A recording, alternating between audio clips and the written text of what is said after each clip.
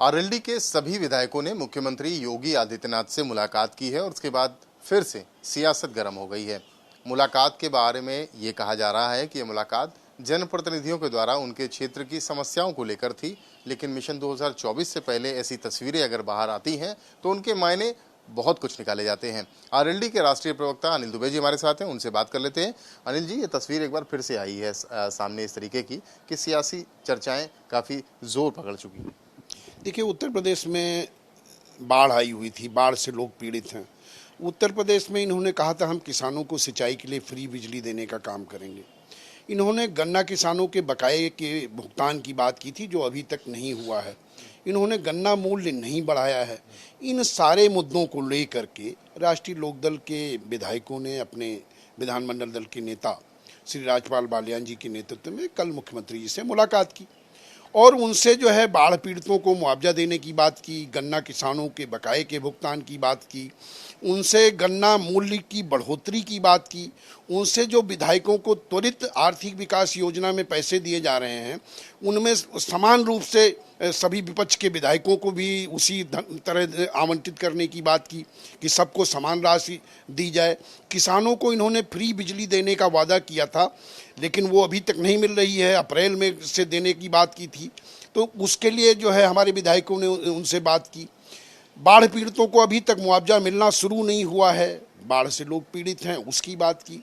अब इसके अगर कोई राजनीतिक निहितार्थ निकाले जाएं, हम उत्तर प्रदेश के किसानों की समस्या को लेकर, बेरोजगारों की समस्या को लेकर के हमारे विधायकों ने मुलाकात की। यहाँ पर बात अनिल जी वो तस्वीर की हो रही है। पहली बार सारे विधायक एक साथ 5 कालिदास सरकारी आवास जाकर के मुलाकात करते हैं, तो सियासत तो जोर पकड़ेगी और चर्चा तो होगी। इसमें जयंत चौधरी जी राज्यसभा में दिल्ली सर्विस बिल के वोटिंग में नहीं पहुंचते हैं, तब भी ये चर्चा हो रही है। ऐसी चर्चाएं क्यों बार बार उठ रही हैं आप लोगों की? देखिए, दिल्ली सर्विस बिल पर राष्ट्रीय लोकदल का समर्थन है। दिल्ली सर्विस बिल के पक्ष में राष्ट्रीय लोकदल है। राष्ट्रीय लोकदल के नेता चौधरी जयंत सिंह वोटिंग के लिए नहीं पहुंचे। वोटिंग में चूंकि उनकी धर्मपत्नी श्रीमती चारू जी का बड़ा ऑपरेशन हुआ था और उस बड़े ऑपरेशन की वजह से उनके घर में चौधरी जयंत सिंह जी के ना तो पिता हैं ना उनकी माता हैं, घर में अकेले देख रेख करने वाले वही हैं।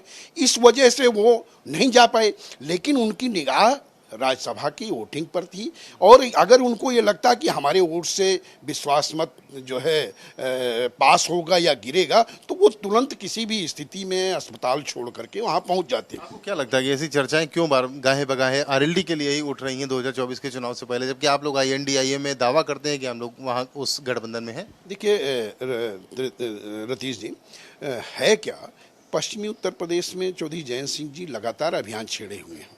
चाहे वो किसान आंदोलन रहा हो, जब 3 काले कानून लाए गए, उन काले कानूनों के विरोध में चौधरी जयंत सिंह जी ने आंदोलन किए। पूरे पश्चिमी उत्तर प्रदेश, यहाँ की उत्तर प्रदेश के भी अन्य जनपदों में भी वो गए, किसान पंचायतें की। हाथरस में जब बेटी को रात में जलाया गया तो उन्होंने उनके ऊपर प्रदर्शन पर उनकी लाठी चलाई गई, उन्होंने उसके विरोध में पंचायतें की। पूरे पश्चिमी उत्तर प्रदेश में बहुजन उदय अभियान चलाया गया। पूरे पश्चिमी उत्तर प्रदेश में जब ये अग्निवीर योजना लेकर के आए तो चौधरी जयंत सिंह जी ने उसके विरोध में पंचायतें की।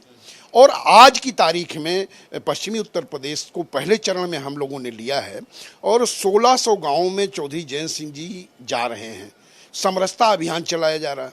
तो इनमें भीड़ उमड़ रही है। पश्चिमी उत्तर प्रदेश में व्यापक जन समर्थन चौधरी जयंत सिंह जी को मिल रहा है, राष्ट्रीय लोकदल को मिल रहा है, जिसको इसीलिए आप पे डोरे डाले जा रहे हैं, जिसको लेकर के भारतीय जनता पार्टी घबराई हुई है। डोरे डाले जा रहे हैं इसीलिए। अब वो एक तरफ जो है कहते हैं कि इनका कोई जनाधार नहीं है, दूसरी तरफ चर्चाएं चला रहे हैं कि जो है दूसरी तरफ अफवाहें फैलवा रहे हैं कि जानकार जो कह रहे हैं वो कह रहे हैं कि प्रेशर टैक्टिक्स भी हो सकती है। इस तरीके की तस्वीरें जब आती हैं, आप भाई 10 से 12 सीटों को क्लेम कर रहे हैं आईएनडीआईए गठबंधन में, आप इधर बीजेपी पर भी प्रेशर बनाना चाहते हैं, कुछ इस तरीके की चीज़। देखिए, चौधरी जयंत सिंह जी का बिल्कुल एजेंडा क्लियर है। वो लगातार भारतीय जनता पार्टी से लड़ने का काम कर रहे हैं। हम लगातार अगर उत्तर प्रदेश में कोई किसानों के सवाल पर, बेरोजगारी के सवाल पर, महंगाई के सवाल पर, भाईचारे के सवाल पर लड़ रहा है तो राष्ट्रीय लोकदल लड़ रहा है। तो इस तरह की जो अफवाहें हैं इनमें कहीं कोई दम नहीं है। और जब रही बार्गेन करने की बात, तो बार्गेन जो है नेताओं की आपसी बातचीत में होता है। सीटें चौधरी जयंत सिंह जी गठबंधन में जब मीटिंग में बम्बई में बैठक होगी, अगर वहाँ सीटों पर चर्चा इस तीसरी मीटिंग में हुई तो वहाँ चर्चा होगी। ये अलग बात है कि हम 12 सीटों पर, पश्चिमी उत्तर प्रदेश की 12 लोकसभा सीटों पर हम तैयारी कर रहे हैं। बिल्कुल, अनिल दुबे राष्ट्रीय प्रवक्ता आरएलडी के साफ तौर पे कह रहे हैं कि पश्चिमी उत्तर प्रदेश की 12 लोकसभा सीटों पर आरएलडी तैयारी कर रही है अपनी चुनाव लड़ने की। बीच बीच में खबरें इस तरीके की आती हैं कि आरएलडी कहीं पाला बदल ना कर दे। जानकार हालांकि बता रहे हैं कि जो तस्वीरें निकल करके आती हैं उससे सियासी संदेश समझने की जरूरत भी है।